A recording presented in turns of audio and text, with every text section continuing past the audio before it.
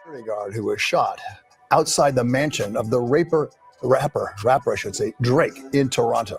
Now, many people are asking this evening if it... While the back-and-forth diss track slowed down between Drake and Kendrick Lamar, it seems things took an ugly turn as it was reported that Drake's house was shot up Tuesday morning. A security guard at the mansion of Canadian hip-hop artist Drake has been seriously injured in a shooting outside the musician's Toronto home. This is the rapper Drake right there. This is his house in Toronto. There was a shooting that happened earlier outside Drake's Toronto home, and one person was injured in this. According to TMZ, sources confirm the injured person is a member of Drake's security team.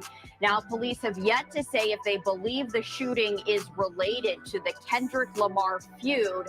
The victim, an adult male, was rushed to a Toronto hospital with serious but non-life-threatening injuries following the shooting early on Tuesday morning. Paul Krawczyk of the city's police service told reporters on Tuesday that investigators had little information and were studying surveillance footage for leads. The assailant was reportedly spotted fleeing the area in a vehicle. A representative for the Toronto-born rapper, who has made headlines recently over a rap beef with Kendrick Lamar, said Drake was not injured. It is also not confirmed whether or not the rapper was home at the time of the shooting.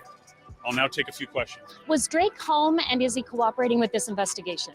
I cannot confirm if Drake was home at the time the incident occurred, but I can tell you that we are in contact with his team and they are cooperating.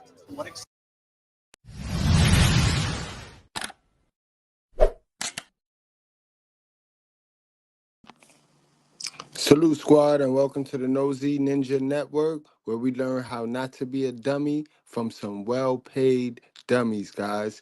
We watch the celebrities, we study, we learn them. Because if we learn them, we know how the people and the sheep are moving, guys. So today, we got 50 Cent, the greatest troll on earth himself, reacting to the Kendrick Lamar goons. Lighten it up, guys. They done lit up Drake Mansion. And I don't think this is Kendrick Lamar goons. People, they got this tribalism spirit with them. So once they pick their side, they will do anything for the side that they pick. And the side ain't even got to ask him. The side don't even got to ask him. But also, what I want you guys to learn and pull from this is why you don't go around messing with people.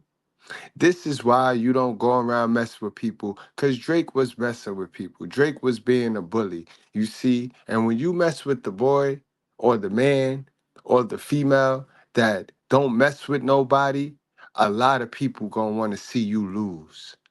This is what happened when you mess with the humble beings.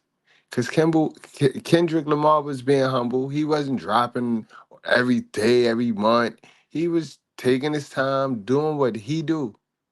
And Drake, you sat with animosity. You wanted to do that. You wanted to one-up this man, and you get what you got, bro. But let's get on into today's show.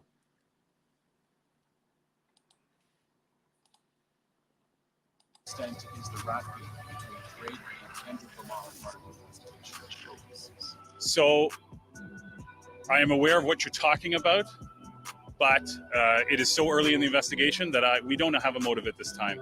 And so I cannot comment further on that. When officers arrived at the residence, they found the security guard suffering from an apparent gunshot wound, Inspector Paul Krawczyk said at a news conference. The security guard was standing outside a gate when he was shot. Police said in a news release they believe the man was shot from a vehicle, which then fled the scene. Krawczyk said that they do not know how many suspects were involved or what.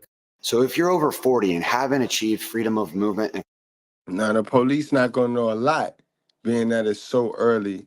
And like I said, you got something called the copycat syndrome. Flexibility. So people take it upon themselves to go do things that ain't nobody ask them to do. And that's just how it is in this community. Because people, they be feeling a way towards a certain group of people, but they don't act on it until their spokesperson, until a gatekeeper does it, says something, and then they just live vicariously through the leader of that group, whatever group that is.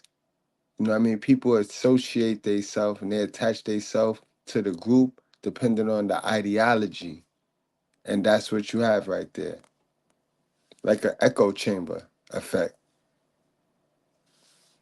kind of car they were in, but noted that the shooting was captured on video. 50 Cent reacted to Drake's Family Matters on Instagram, praising the Toronto rapper for taking aim at Kendrick Lamar yet again. 50 said in the post, "I told you leave him alone. Now he's spinning on all y'all. Everybody must die." Kendrick is always going to be a media dog. And I told him, I said, because he has the ability to make you believe he had no idea this was going to happen. Like, I look at him and I go, nah, you can't do that to me. Right. Like, I know. You knew you was working. Right. You worked on it and it paid off. Don't act like you didn't know it was going to happen. And he's like. Now, for those of y'all that don't know what 50 talking about, go check his book out. That's on his audio book. That's on the channel. It's on the Mr.Goodbread reaction channel in the video section, guys. Check it out. It's called Go Hard and Grind Harder, Grind Smarter, or Go Harder, Go Smarter, something to that effect. But you can't miss it.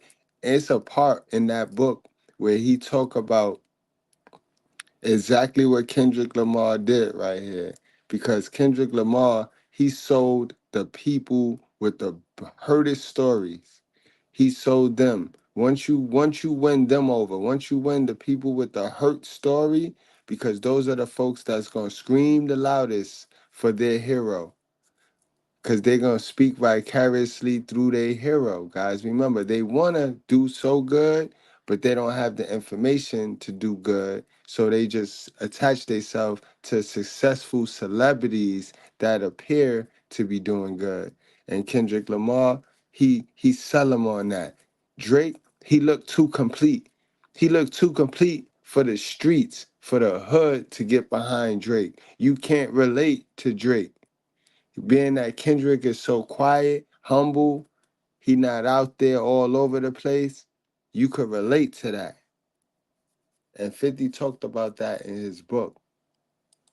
Like, because he'll be like, yo, like, wow, like that energy's there. And it's like, On Monday morning, May 6th, the Breakfast Club shared their thoughts about Drake and Kendrick's latest diss tracks. Charlemagne agreed that K-Dot served up plenty of bars on 616 in LA, and the entire crew all agreed Not Like Us was a vibe regardless of the disrespectful lyrics. Charlemagne said Kendrick is in the lead due to his release strategy, but DJ Envy disagreed and sided with Drake. Right, that's just my personal opinion, but if you ask me who's up right now, it's Kendrick, and it's simply because his strategy has been better. He dropped the 616 record Friday afternoon, which caused Drake to drop Family Matters Friday night in no less than 30 minutes.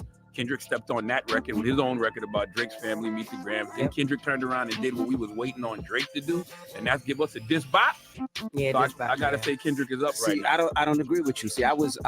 Put your license. No, it's not at all. I was actually going with Kendrick until I heard Drake's record last night. Then I had to think about it.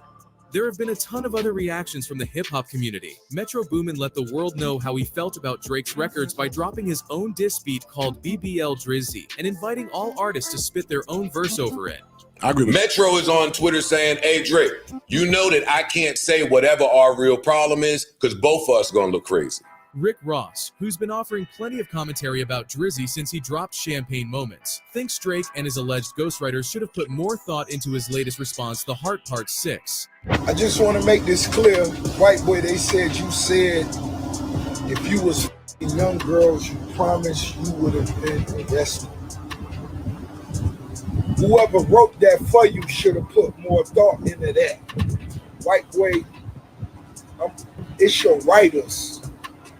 Whatever message you translated to them, that wasn't the way they were supposed to do that. And as a writer, when it comes to you got to remove yourself from that.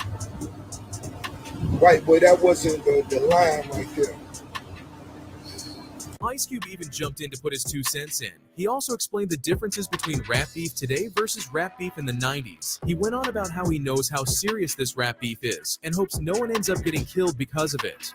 So you always have to be careful that a beef doesn't turn into a murder. Back in the day, you know, you do a diss record, but it would stay kind of somewhat in the hip hop community. Now, it's all over the world, all walks of life, know what's going on. And, you know, some people can't really take that kind of humiliation. I don't really like seeing rappers beef. I don't think it's necessary to have a great career, but it happens. Hey, it's part of the game. And I think when you're in a beef, you can't really hold back. It's like being in a fight. You can't really half punch. You got to go all the way. Joe Rogan even had his own opinion on this situation and warned that things could potentially get ugly between the two because of how deep things were starting to get. To think that the rappers can't shoot each other today is crazy. I know, but I don't want them to. They're so fucking, they're so not tough. Because like, what I like about Tupac and Biggie, they were fucking real, man. Not to say that Drake and Kendrick didn't come up. I'm sure Kendrick's from Compton. He's probably seen some fucking shit. But what he raps about is that he's literally a good kid from this mad city. Drake raps about how he's this sensitive guy who just wants to fall in love. You know what I mean? Like, you can't put those words back in a bottle. Joe Budden has also doubled down on his thoughts, saying that he thinks Drake lost the war because of how many people are stepping up to diss him. The industry is sending a clear-cut message that you have won out your welcome. Oh, yeah. Yes. This is not a Kendrick just West Coast thing. That's what I'm saying. And he is the right person to deliver that message for us. Yeah, Kendrick, they just went and tapped somebody on the shoulder like Big Dog. Go. Help. Yeah. Help. Too much fabric. All right, so we had Drake versus Meek Mill. A lot of people were tweeting that to me. We kind of know the outcome of that. But if Drake and Kendrick Lamar got in a rap battle, who do you think would win? You got to go with Kendrick. I'm just saying. I think Drake is an outstanding entertainer, but Kendrick, his lyrics, his last album was outstanding. Excellent. All right. Best album I think last year. Thanks so much for your time, Mr. President. Before we get into everything, so you want to know where to invest? Damn, even Barack know what's up. Damn, bro. Damn, Drake. You can't buy support. And I really think it's because you got that Yankees effect, yo. You won too much. You won too much. People can't see it. They can't see you winning anymore, bro. They want somebody else to win, bro. Kendrick Lamar had to say about Drake, let's start off by breaking down the Family Matters diss. Drake starts off by addressing Rick Ross by saying, if you had a set, they'd give your ass a DP, but you civilian gang in real life, UPC. Here Drake is calling Rick Ross a fake gangster, DP being slang for jumping a gang member, usually to test or punish them. Alluding that if Ross was actually a part of that lifestyle, he'd be immediately disciplined. PC means protective custody, so Drake is saying that Rick is a cop that has to be protected by the police, rather than by real gang members like YG and Chuck T, who Drake says really bang their set. He then follows by saying, you know who even bang a set out there is CB. This being a reference to Chris Brown, who is known to be a blood even though he's an R&B singer. Drake then addresses J. Cole for dropping a diss track, and then shortly after apologizing to Kendrick and Future at his Dreamville Fest, saying it disrupted his peace and made him unable to sleep properly after he dropped the song. Drake says, Cole losing sleep on this. It ain't me. Even though J. Cole was initially made fun of for bowing out of the rap beef, fans are starting to say that he actually probably made the right decision since things have only gotten messier.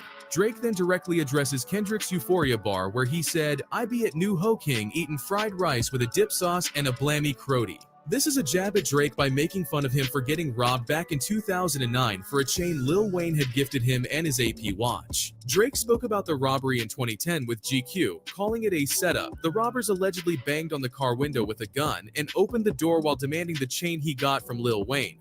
The cool thing out of this situation, however, is that the restaurant owner is stoked for the reference because he had a spike in local customers who caught the mention and decided to check out the food. Now, the owner says they have since been showered with 5-star reviews. Talk about me and my family, Crody. Someone go bleed in your family, Crody. I be a New Ho King. There you go. That's right. I'm trying to learn how to sing the song now. Johnny Liu is the owner of New Ho King in Chinatown. He says since last night, his phone has been blowing up with messages. This morning, a lot of people text me and said, oh, look at that. That's your son? I said, yes. And they said, oh, look at that. Look at the song. In the song, Kendrick Lamar jokingly pokes fun at the Toronto accent and slang. He then specifically mentioned the restaurant and their fried rice. But Drake didn't let the diss slide and addressed it by saying, I mean, it's true, a ninja slimed me for my AP. Just like how Metro Ninja slimed him for his main squeeze. Out here begging for attention, Ninja. Say please. Always rapping like you bout to get the slaves freed. You just acting like an activist. It's make-believe. Don't even go back to your hood and plant no money trees. Here Drake's alluding that Metro Boomin got his main girl taken by one of his boys, maybe Future, the same way that he got his watch stolen. He goes on to say that they're out here begging for attention by mentioning his name when they could at least just ask him for some instead. But he doesn't stop there because he then disses one of Kendrick's classic albums, To Pimp a Butterfly, as well as his style of rapping by saying that he always raps like he's about to get the slaves freed and that he's just a fake activist for the BLM movement. He even references his track, Money Trees, by saying that he's never actually put any money into the city he claims to love so much. Kendrick, however, has actually donated hundreds of thousands to support sports programs, after-school programs, and music programs at Compton Unified School District to help get students off the streets. He was also given the key to the city by the mayor of Compton in 2016. On Euphoria, Kendrick said, "We hate the B's you F because they confuse themselves with real women. And notice I said we. It's not just me. I'm what the culture feeling." To which Drake responded by saying, "Say you hate the girls IF, but what you really mean? I've been with black and white and everything that's in between. You the black messiah wifing up a mixed queen, and hit vanilla cream to help out with your self-esteem." Kendrick could mean a couple things when he said he hates the women Drake sleeps with because they confuse themselves with real women. He could either be talking about how he sleeps with younger women or with a certain type of woman. Drake addressed this by saying that he slept with all sorts of women from different ethnic backgrounds. He did it in a way where he could play in the bar, where he mentions Kendrick wifed up a mixed girl instead of someone who's dark-skinned. He's making fun of him for portraying himself to be someone like Dr. Umar, who's heavily pro-black. Drake then says, "And hit vanilla cream to help out with your self-esteem." This bar could also be a reference to Kendrick allegedly hitting his fiancée Whitney, who Drake refers to as being vanilla cream since she's light-skinned. But Drake doesn't stop referencing Kendrick's fiancée as he then says, "All that puppy love was over in y'all late teens," insinuating that his longtime love with his fiancée no longer exists since their love for each other has faded and only stay together to preserve Kendrick's image. Your baby mama captions always screaming, "Save me." You did her dirty all her life. You trying to make peace. He again references Kendrick's infidelity with his wife and claims that this has made her unhappy. He even goes as far to claim that Dave Free might actually be the real father to one of his children. I heard that one of them little kids might be Dave Free. Don't make it Dave Freeze, because if your GM is your BM secret BD, then this is all making plenty effing sense to me. On the second part of the song, Drake switches up the beat and goes straight for The Weeknd. He addresses his diss, where he said that all his shooters are doing TikToks by saying that his realest shooter is Preem's brother, Gilla, who is in XO. Preem is in OVO, so Drake is saying that The Weeknd's only shooter is his friend, and nothing is going to ever go down if that's his main shooter. He also refers to him singing gangster lines in falsetto, and he doesn't respect it. Drake then said, "Still mad about that one hoe. We ain't even F. I just lip-locked with her." Drake is referencing model Bella Hadid, The Weeknd's ex who ended up with Drake shortly after Abel broke up with her. This was potentially why they started beefing since way back in 2019. However, he could also be referencing Future, who apparently also has beef with Drake because of a similar situation involving a girl. Whatever the case may be, Drake is taking shots over their relationships. He then goes back to Rick Ross and says, "What the F? I heard Rick drop, talking something about a nose job. Ozempic got a side effect of jealousy, and the doctor never told y'all ninjas." Drake is mocking Rick Ross's diss track, Champagne Moments, and implying it wasn't listenable or worth its own response. Drake is also reiterating that the nose job accusations are false, and he didn't get plastic surgery. In case you didn't know, Ozempic is a weight loss drug often I've got a problem. That's crazy, yo. And I think Rick Ross was out of pocket trying to diss Drake when he did all of that music with Drake. Like a lot of them guys, I don't understand how they all could get on here and really, really diss Drake when they all was sitting there singing the same tune to Drake. They was all saying how Drake, if it wasn't for Drake, that they wouldn't be there. They wouldn't be where they at. I just, that part right there, I don't get. And like I said it on the other video, yesterday's video, guys, Drake should have used that to his advantage. Drake definitely was not thinking. He was caught up in the moment. He was caught up in life. used by people to lose weight. Rick Ross used to weigh over 400 pounds but lost it all through gastric bypass and Ozempic usage. And since Ozempic is known to have many side effects, Drake jokes about jealousy being one of them.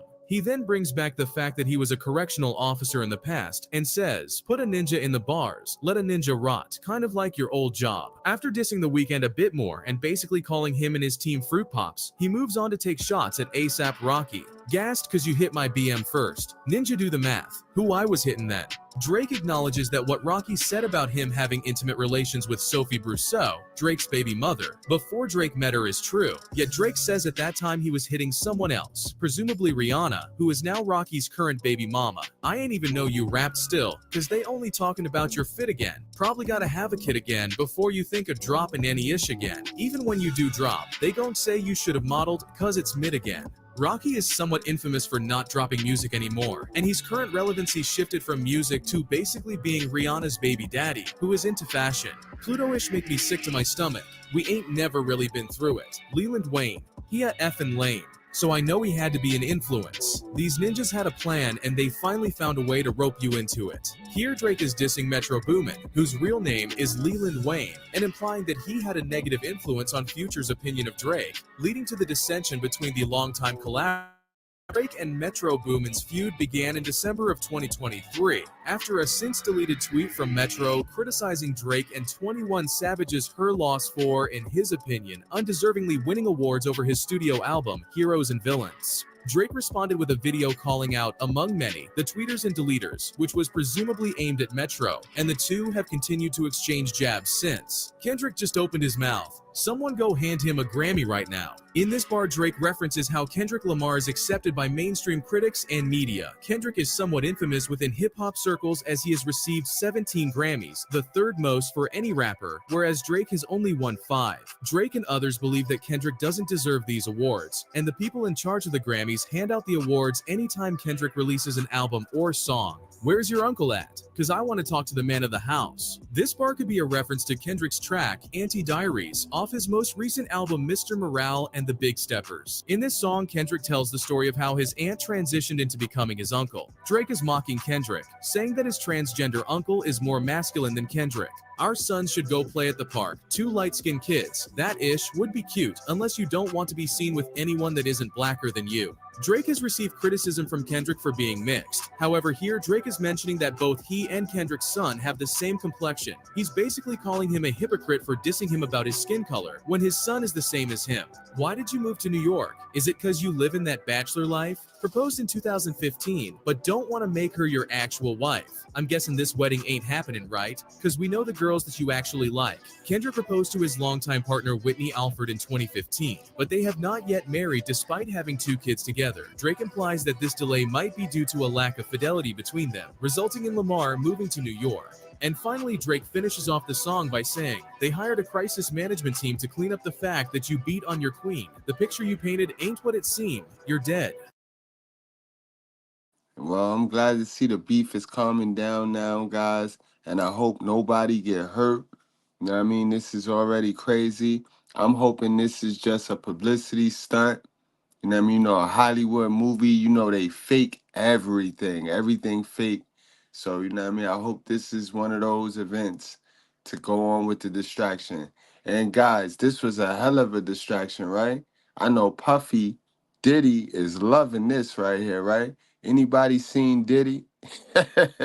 We was all distracted with this. We done forgot about Diddy. The feds didn't, though. All right, guys. Y'all enjoy the rest of y'all day. Thank y'all for giving me y'all ear. Wrap up, strap up, drink responsibly. You know how we do.